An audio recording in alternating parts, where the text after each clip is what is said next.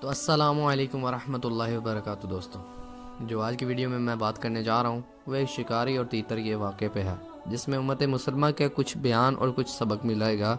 یہ واقعہ دھیان سے سنیے گا اور چلتے ہیں واقعے کی طرف۔ ایک دفعہ کا ذکر ہے کہ ایک شکاری شکار کرنے کے لیے جنگل میں جاتا ہے۔ وہاں وہ دیکھتا ہے کہ ایک چھوٹا سا تیتر کسی گھونسلے میں پڑا ہوتا ہے۔ اب شکاری سوچتا ہے کہ اس کو گھر لے جاؤں یا اس کا شکار کر لوں۔ شکاری سوچتا ہے کہ یہ تو چھوٹا سا، اس کا کیا شکار کروں گا میں، اس کا بنے گا میرا کیا؟ تو وہ اس تیتر کو لے کے گھر چلا جاتا ہے۔ تیتر کو جب گھر لے جاتا ہے، وہاں پہ جا کے اس کی خوب خدمت داری کرتا ہے، جیسے ہم کسی مہمان کو لا کے اس کی خدمت کرتے ہیں۔ بعد میں چاہے کئی بندے اس کو چھری پھیر لیں، تو ایسے ہی ہوتا ہے۔ وہ اس کو جا کے تیتر کو گھر لے کے جاتا ہے۔ تیتر کو کیا کرتا ہے، کاجو، کشمش، بادام وغیرہ وغیرہ جو مسلمانوں کو آج کل نہیں مل رہے، وہ تیتر کو کھلاتا ہے۔ مطلب کہ مسلمانوں کو نہیں، انسانوں کو نہیں مل رہے، وہ تیتر کو کھلاتا ہے۔ اب تیتر کی وہ خوب خدمت وغیرہ کرتا ہے، اس کو پالتا پوستا بڑا کر دیتا ہے، بہت ہی بڑا کر دیتا ہے۔ جیسے کہ ایک چھوٹے سے بچے کو جوان کر دینا، ایسے وہ تیتر کو کر دیتا ہے۔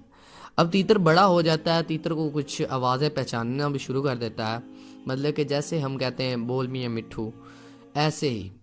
تو وہ تیتر کو جنگل میں لے کے جاتا ہے، جنگل میں جا کے ایک جگہ پہ رکھ دیتا ہے اور ایک جال نما بنا دیتا ہے، جس طرح چڑیاں چھوٹے ہوتے ہیں ہم بھی پکڑا کرتے تھے، ایسے ہی تو آپ بھی پکڑا گیا کرتے ہوں گے چھوٹے ہوتے، کیونکہ بچپن میں کچھ ایسے واقعات یا کچھ ایسے حرکتیں ہوتی ہیں جو انسان کی جنرل طریقے پہ تو بات کریں تو بہت ہی عجیب ہوتی ہیں۔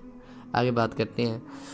وہ اس جنگل میں لے کے جاتا ہے، اسے ایک جگہ پہ بٹھا دیتا ہے اور ایک جال بچھا دیتا ہے، جس میں کوئی اس نے جس طرح شکار کرتے ہیں۔ اب وہ تیتر کو وہاں پہ رکھ کے تو ایک جھاڑیوں کے پیچھے چھپ کے جا کے کہتا ہے بول میاں مٹھو کے جو بھی بول، ایسے تیتر کو آواز دیتا ہے۔ جب تیتر مالک کی آواز سنتا ہے تو تیتر بولنے لگ پڑتا ہے۔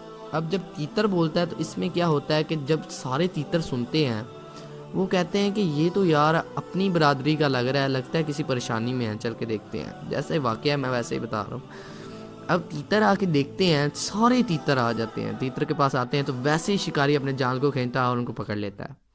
جب شکاری جال کو پکڑتا ہے تیتروں کو، وہ جو اپنا پالتو تیتر ہوتا ہے اسے علیحدہ کر لیتا ہے، اور جو باقی تیتر ہوتے ہیں اس کو اپنے ایک جھولے میں ڈال لیتا ہے۔